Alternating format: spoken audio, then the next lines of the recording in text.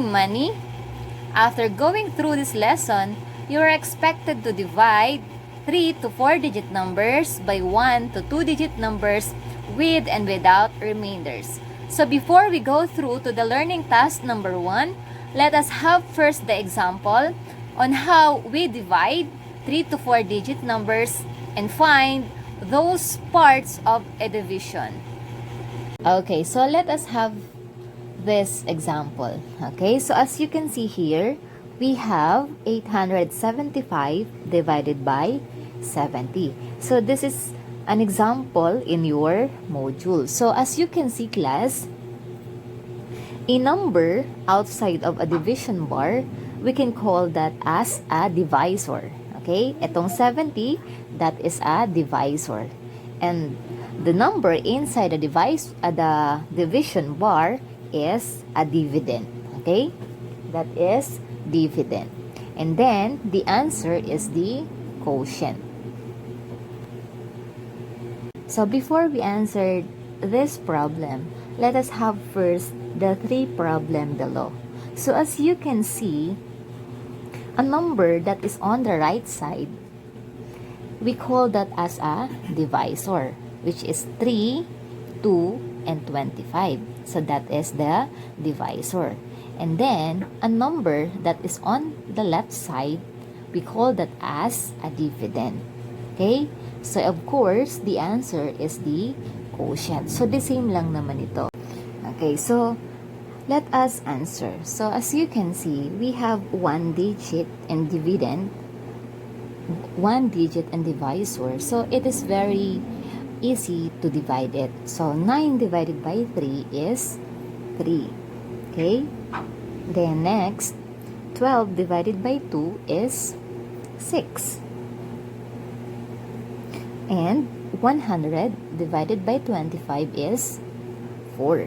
So, if we used a single digit, it is very easy to solve. Okay, so let us try na i-convert natin siya or gamitin natin ang division bar. So, as we know, the dividend is 9. So, nasa loob ang 9 ng division bar. Then, the divisor is 3. Nasa labas. So, let us solve this. So, 9 divided by 3 is 3. Okay? So, in dividing class, we have 4 steps or 3. So, first, you are going to divide. Second, multiply. Then, third, subtract. Then, repeat. Again, divide, multiply, subtract, and repeat. Meaning ng repeat, ulitin ulit, simula sa divide, multiply, and subtract. So, paulit-ulit lang yan na 3. Okay? So, dapat alam nyo kung ano yung steps ng division. So, sinabi ko nga kanina, 9 divided by 3 is 3. That is division. Then next, multiply. Alin ang imo-multiply? So, we are going to multiply 3, the quotient, to the divisor. Okay? So, 3 times 3 is 9. Okay? Then, after mag-multiply, we're going to subtract. Okay? So, subtract. Ito yung isusubtract natin. So, 9 minus 9 is 0. Okay? So, napakasimple. Kasi isang digit lang. Okay? Next, how about this? 12 divided by 2. Gamitin natin ang division bar. So, we have here 12 as the dividend divided by 2. Okay? So, 1. Okay? 1 divided by 2 cannot be. Okay? So, hindi ka makakakuha ng 2 sa 1. Correct? So, meaning, isasabay natin si 2. So, it becomes 12. Now, let us use 12 to divide it by 2. Okay? So, 12 divided by 2 is 6. Okay. The next, divide. 6 times 2 is equal to 12. After mag-multiply, You're going to subtract. So 12 minus 12 is equal to 0. So, yun lang. Napakasimple din. Kasi, walang remainder at kokonti lang yung number na ginamit natin. 1 digit and 2 digit. Okay, next, number 3. Let us try this. 3 digit and 2 digit. So, ang 100, that is dividend. So, nasa loob siya.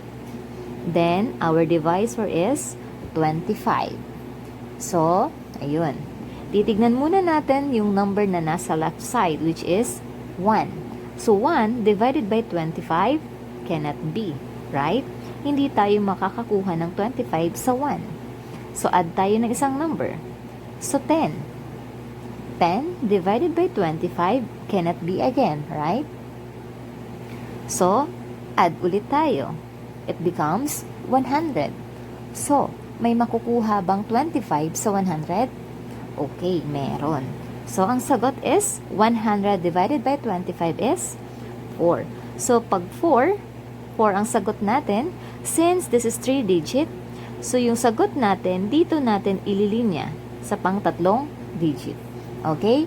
So, again, nag-divide tayo. Then, the second step is multiply. So, 4 times 25 is 100. Or, 4 times 5 is 20. Bring down 2, bring down 0, carry 2. Next, 4 times 2 is 8, plus 2 is 10. Okay? The next, after mag-multiply, we are going to subtract. So again, 100 minus 100 is equal to 0. Okay? Okay. Since na natapos na natin sagutan yung tatlong problem, paano natin masisigurado na yung sagot natin is correct? Okay? Paano? So, we are going to check. Ngayon, paano mag-check? Okay? Paano mag-check? So, you are going to multiply the divisor and the quotient. Okay?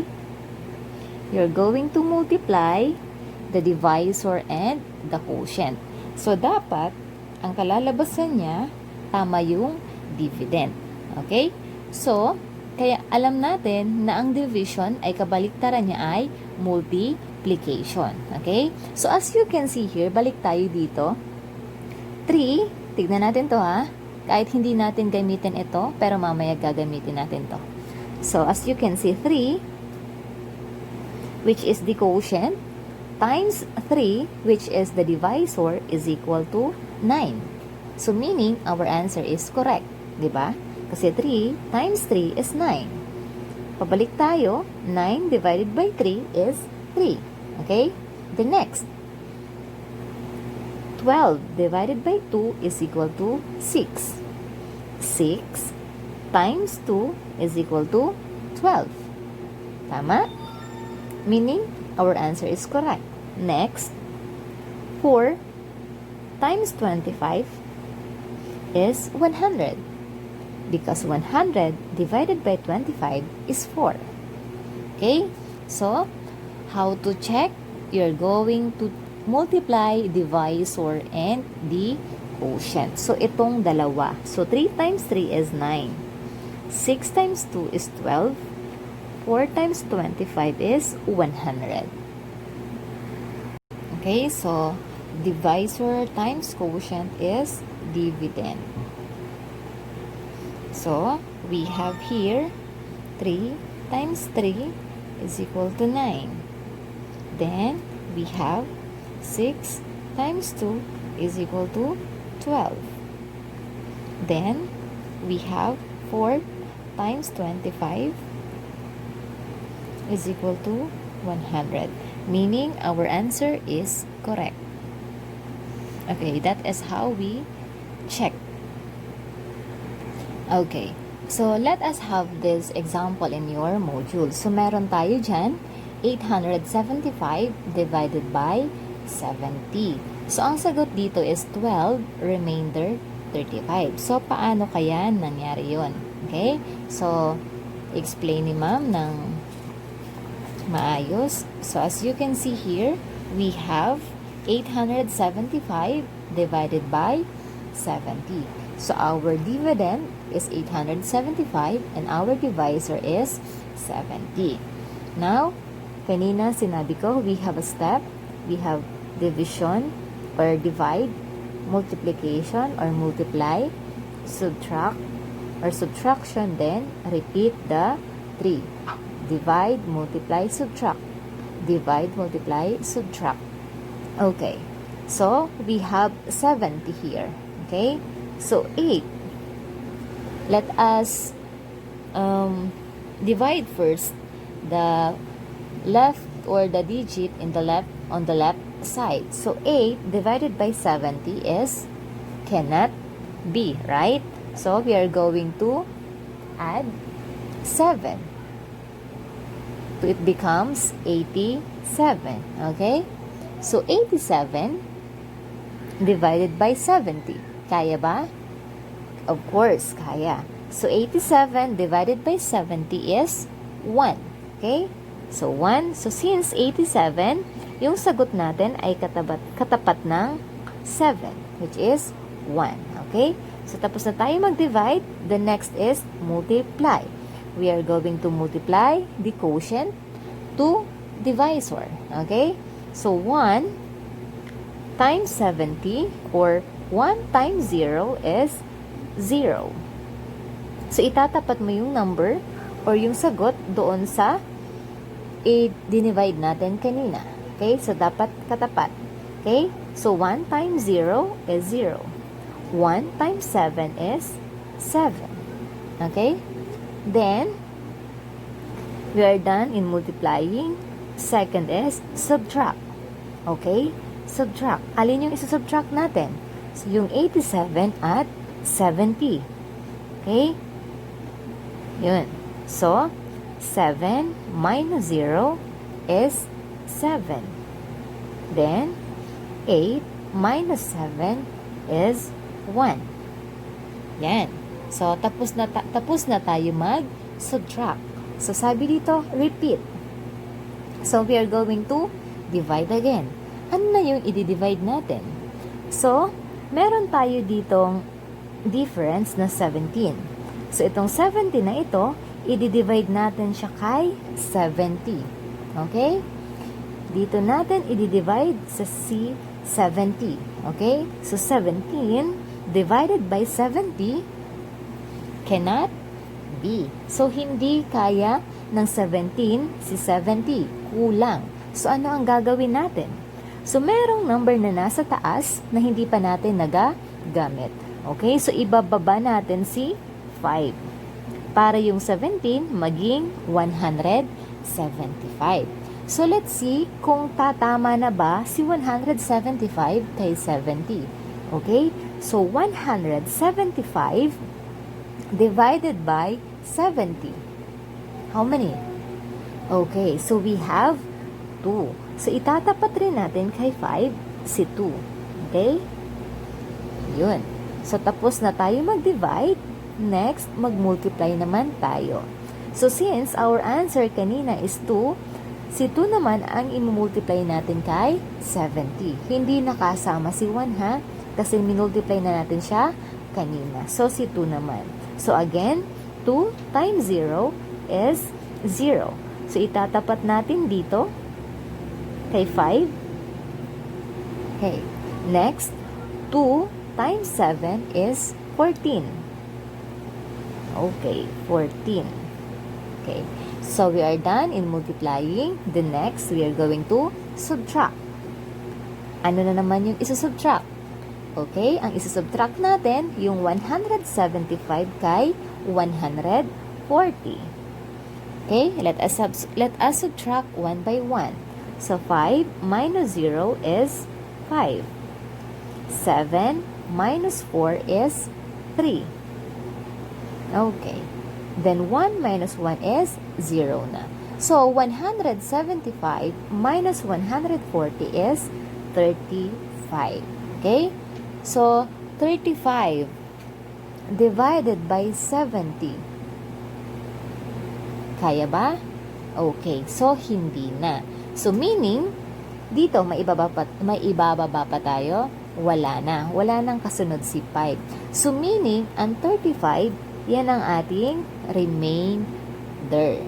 So, 875 divided by 70 is 12 remainder 35.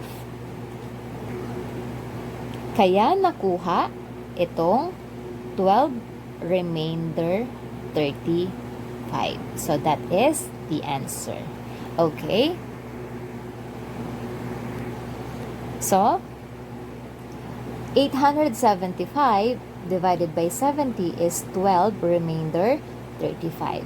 Now, let us try naman this second example. So, we have 4-digit.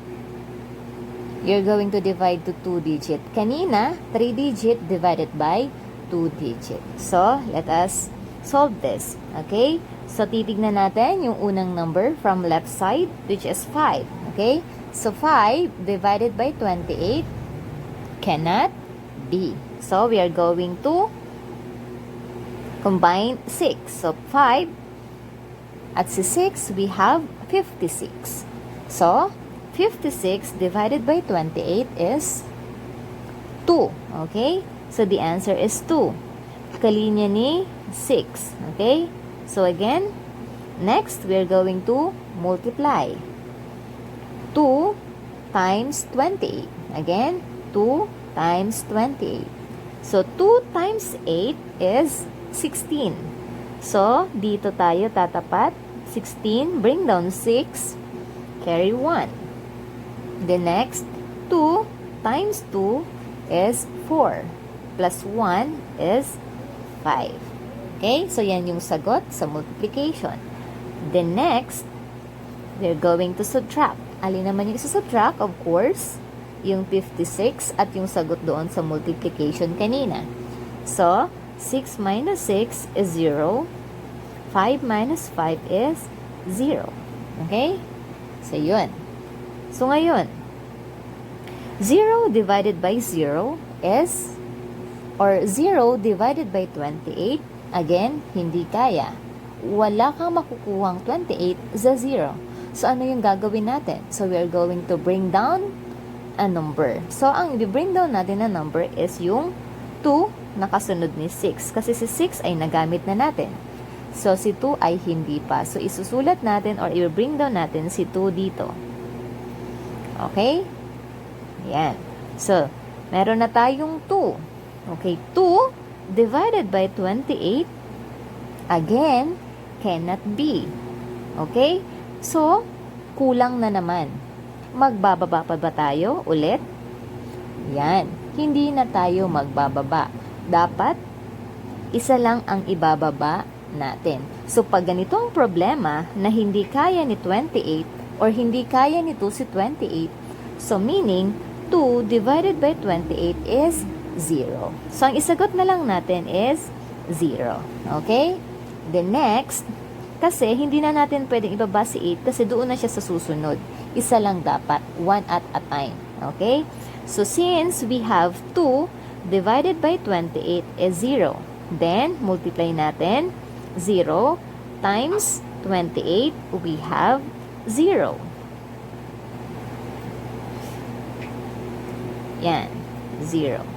So, ayan, after mag-multiply, we are going to subtract. Yung 2, isusubtract natin kay 0. Okay, 2 minus 0 is 2. Yan. Then, 0 minus 0 is 0 na. Okay, so another. 2 divided by 28 cannot be again. Hindi pa rin kaya. That is the time na ibababa na natin si 8. Okay? Paisa-isa lang. Hindi natin pwedeng dalawa yung ibaba. So, dito na natin siya ibababa. Pag hindi kaya, 0 na ang isagot nyo, then 0 i-multiply doon sa divisor. Okay? So, now, we have 28. So, 28 divided by 28 is 1. Okay? So, let us put here 1. Okay? 1. times 28 or 1 times 8 is 8. 1 times 2 is 2. Then let us subtract. Subtract. Okay, so 28 minus 28 is 0. So, tapos na. Wala na tayong ibababa. So, the answer is 201. Okay, so since nasagutan na natin yung dalawang problem na may remainder at walang or exact number. So, paano natin malalaman na tama ang sagot natin? So, as I said kanina, you're going to check. Paano nga mag-check? So, you're going to multiply the quotient or the divisor sa quotient. Okay? Then, pag may remainder, you're going to add the remainder. Okay? Yan. Yan ang pag-check. So, tignan natin. Ang divisor natin dito is 70. At ang quotient natin dito is 12. Okay? I-check natin siya. Dapat, pag minultiply natin ito, dapat ang makuha nating sagot ay 875. Meaning, tama yung sagot natin. So, i-multiply na natin. 2 times 0 is 0. 2 times 7 is 14.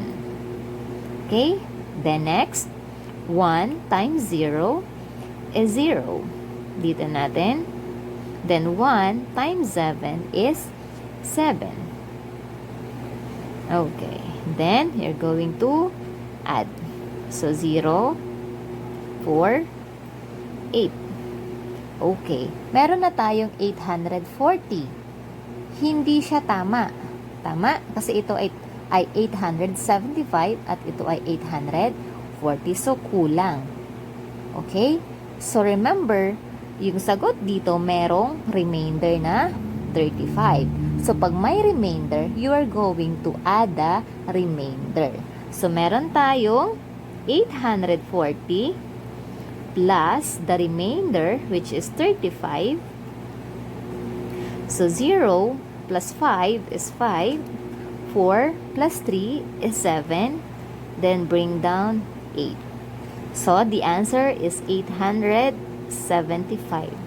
The same with the dividend. So, our answer is correct. Another. Let us check the 201. Okay? Tignan natin kung tama yung sagot natin na 201. So, paano tayo mag-check? Again, we're going to multiply the divisor times the quotient at ipa-plus kung may remainder. Okay? So, we have here 201 and the 20h, which is the dividend. Okay? So, pwedeng mabaliktad. Pwedeng nasa unahan si divisor. Pwedeng sa unahan si dividend. So, dito, inunahan ko si quotient kasi tatlong number siya. So, let us check. Okay? So, 8 times 1 is 8. 8 times 0 is 0. 8 times 2 is 16. Okay? Then next, 2 times 1 is 2. 2 times 0 is 0. 2 times 2 is 4. Now, add. Let's see. So, 8, 2, 6 plus 0 is 6. Then 1 plus 4 is 5. So, meaning, the answer is 5,620. So, meaning, our answer is correct. Kasi tama yung pag-check natin. Okay? So, tatandaan, dapat marunong tayong mag-check para alam natin na tama ang sagot natin. Okay, so let us have the learning task number 1 under the letter I and learning task number 3 under the letter E. So, sa learning task number 1, read each item carefully. Write the correct answer in your notebook. So, you're going to write your answer in your notebook or in your paper. So, let us have the problem number 1. Okay? The quotient is 68. The divisor is 9. Give the dividend. So, ano ang gagawin natin dyan? So, kanina, di ba? Paano makukuha yung dividend? So, napakadali lang. You're going to multiply 68, which is the quotient, and the divisor. Okay? You're going to multiply 68 and 9. Okay? So, paano makuha yung dividend? 68 times 9. So, yun ang magiging sagot. Okay? Then, number 2. How many 4s are there in 130? Or, how many 4s are there in 130? So, meaning you are going to divide. Okay? So, ilan daw na 4 sa 130? So, you're going to divide 130 divided by 4. Okay? The next, number 3, what will be the remainder if 261 is divided by 5? So, again, i-divide mo pa rin si 261 kay 5. Okay? Para makuha mo yung remainder. So, 261 divided by 5. So, hindi mo malalaman yung remainder niyan kung hindi mo siya i-solve. Okay? So, number 4, in 625 divided by 10, what is the remainder? So, the same lang sa number 3. You're going to divide 625 divided by 10 para makuha nyo yung remainder. Okay? The number 5, the quotient is 30. The dividend is 900. What is the divisor? So, yun ay explain ko ngayon. Okay? So, tapusin ko muna itong learning task number 3. Kasi, yung number 5 sa learning task number 1 ay katulad lang ng nasa learning task number 3 under ng E. So, provide the correct answer inside the colored boxes. Write your answer in your notebook. Okay? So, nakikita nyo dito, kompleto yung dividend. Okay? Then, yung divisor, ayan. So, yung naka-yellow, yan yung i-fill up natin. Then, we have here a quotient. Okay? Siguro, dito, ang quotient madali lang mahanap. Right? So, you're going to divide the dividend and the divisor. Magdi-divide lang kayo para makuha mo yung quotient, meaning yung sagot nitong dalawa. So, 4,004 divided by 28. So, dito nyo yung sagot or yung quotient. The next, sa pangalawa, 300 or 3,115. Okay, wala si divisor. Ang nandoon lang ay si quotient. Paano natin hahanapin si divisor? Okay, so the same siya sa question number 5 sa learning task number 1. So, yun ang i-explain ko mamaya. Okay, next. 6,592. The divisor is 32. So, hahanapin mo si quotient. The same lang. 6,592, i-divide mo si 32. Okay? Then, yung quotient or yung answer. The next, 2,124. Wala pa din. Hahanapin mo rin si divisor. Then, si 12. Yan ang kanyang quotient. Paano kaya or ano kaya ang magiging divisor? Then, lastly, again, quotient lang. So, ito, at ito, napakadali lang hanapin ng quotient niya. So, paano naman ito and ito? So, yun ang i-explain ko ngayon. Kasunod nitong video na ito. Then, itong number 5.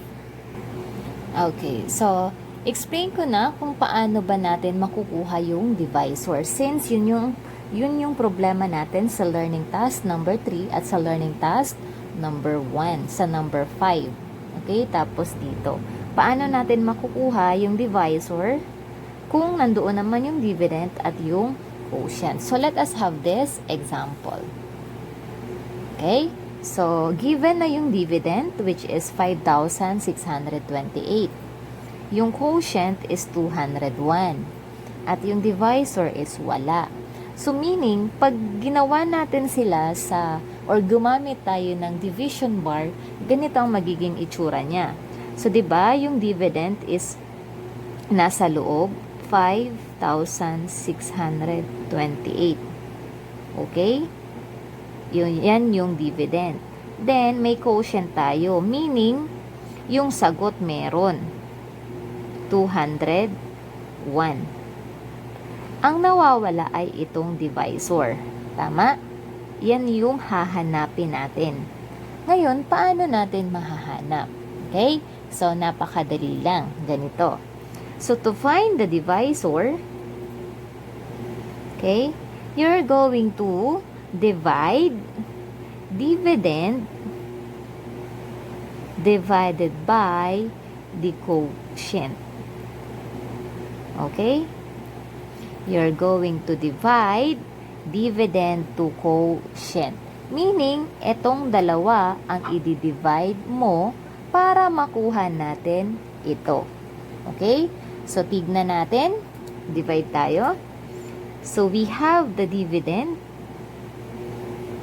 which is 5,628. I-divide natin siya sa quotient which is 201. Okay? So, ang dividend daw natin is 5,628 at ang quotient is 201. So, para makuha natin ang divisor, i-divide natin yung dividend kay quotient or yung quotient kay dividend. So, ito na yung magiging itsura niya. So, let us solve na. So, 5 divided by 201 again cannot be. Dagdag ulit si 6, 56 na. 56 divided by 201 again hindi pa rin kaya. Tama? Dagdag ulit natin si 2 para maging marami. So 562 na siya.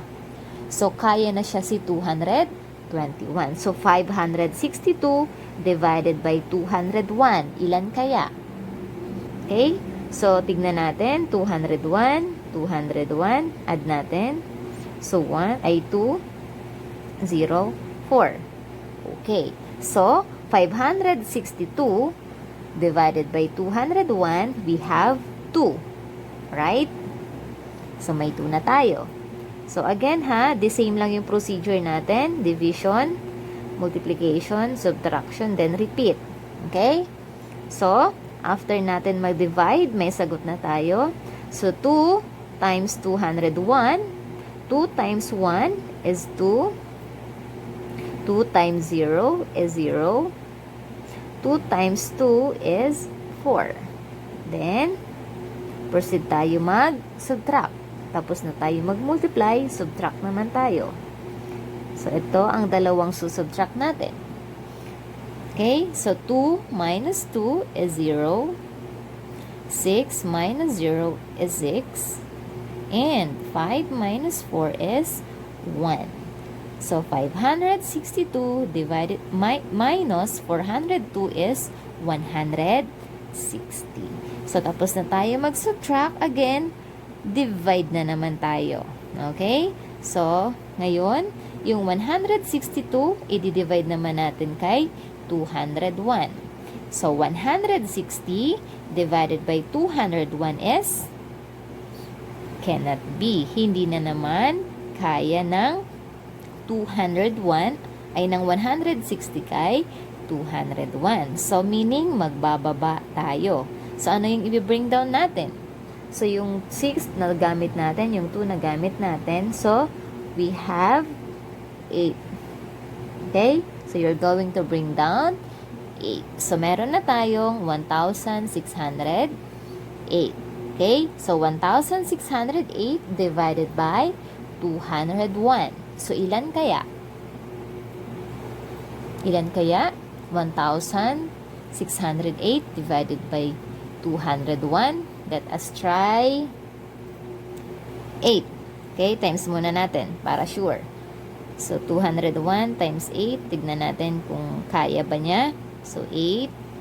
8 times 0, 0. So, 8 times 2 is 16. Yun. eksakto. So, meaning, 1,608 divided by 201 is 8. Then, tapos na tayo mag-divide, subtract ay multiply again. Multiply. So, 8 times 201 or 8 times 1 is 8. 8 times 0 is 0.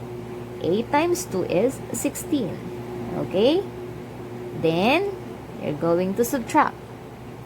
So, 8 minus 8 or 1,608 minus 1,608 is equal to 0. Okay. So, meaning, ang sagot natin is 28. So, ang nawawalang divisor natin ay 28.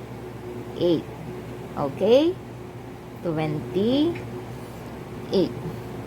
Tignan natin kung tama yung sagot natin para makasigurado tayo. So, as I said kanina, how to check? You're going to multiply 201 or the divisor to quotient.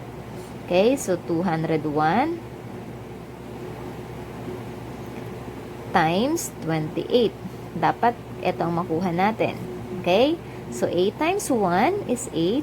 8 times 0 is 0. 8 times 2 is 16. Then, 2 times 1 is 2. 2 times 0 is 0. 2 times 2 is 4. Okay? So, add. 8, 2, 6, 5. So, meaning our answer is correct. Okay? So, ito na yung problem natin kanina. Wala tayong divisor. So, ang divisor natin is 28. So, yan ang 28. So, meaning, dito sa learning task number 3, you're going to divide 3,115 divided by 89 para makuha yung divisor. Okay? Then, dito naman, divide nyo yung 2,124 kay 12 para makuha yung divisor. Okay? Parehas din ni number 5. Kasi wala rin si divisor. So, you're going to divide 900 divided by 30.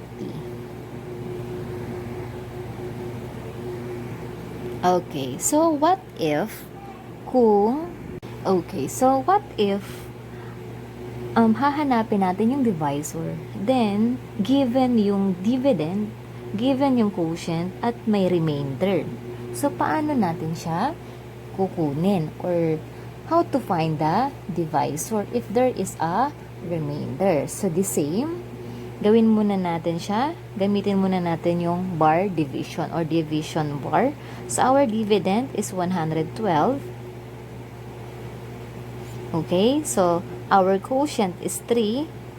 Then, we have a remainder of 22. Okay? So, kanina, we used to find the divisor by dividing the dividend and the quotient. So, ito siya, di ba? So, dividend divided by quotient. Okay? So, pag may remainder class, pag may remainder na given, bago natin i-divide ang dividend kay quotient, let us have first or let us subtract first the dividend kay remainder before tayo mag-divide. Okay? Alisin muna natin si remainder. So, dito, meron tayong 112 which is the dividend. I-minus muna natin kay remainder. Okay? Minus muna natin. So, 112 minus 22.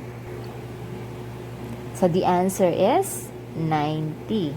So, ngayon, ito na yung gagawin natin as a dividend. Okay? Yan na natin ang gagawin as a dividend. Okay, so dividend natin is 90 kasi minusan natin ng remainder. Then, our quotient, the same pa rin, which is 3. Okay?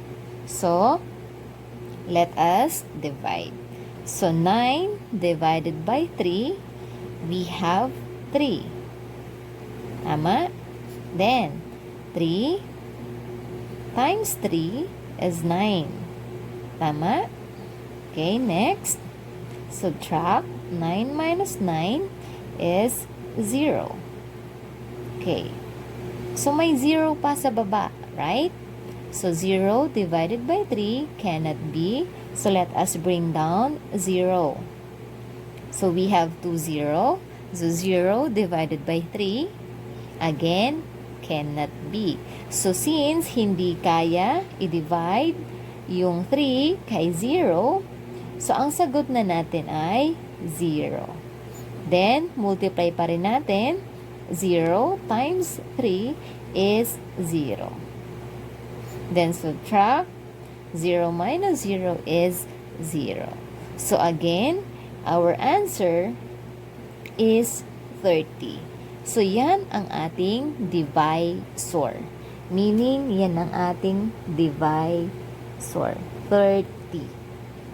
Okay? 30. Yan ang ating divisor. Tignan nga natin kung tama. So, i-check muna natin ito. So, let's see.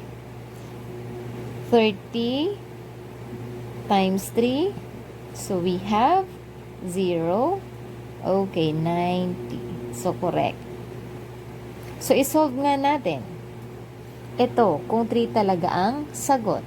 At kung 30 talaga yung divisor niya. Okay? So, let's say wala pa tayong 3 at saka 22 na remainder. Gamitin natin yung divisor at saka dividend. Tignan natin kung magtatali yung sagot natin na given na quotient and the remainder. So, 112 divided by 30. Okay? So, ayan. So, 1 divided by 30, hindi kaya. 11, of course, hindi pa rin kaya. So, gagamitin natin itong tatlo, which is 112 divided by 30. So, ilang 30 makukuha natin sa 112? So, 30, 30, 30. Meron tayong 0, 9. Pag dinagdagan pa natin ng another 30, magiging 120 na. So, sobra. So, meaning, tatlo lang. So, 3. So, 3 times 30. 3 times 0 is 0. 3 times 3 is 9. So, subtract tayo. So, 2 minus 0 is 2. Then, 1 minus 9 cannot be. We borrow 1 from 1. Then, 1, it becomes 11. So, 11 minus 9 is 22. Okay? So, 22 divided by 30 cannot be. So, wala na tayong ibababa. So, 22 is our remainder. So, meaning, our answer is correct. So, the divisor is 30. The same sila. Okay? So, the quotient is 3. The remainder is 22.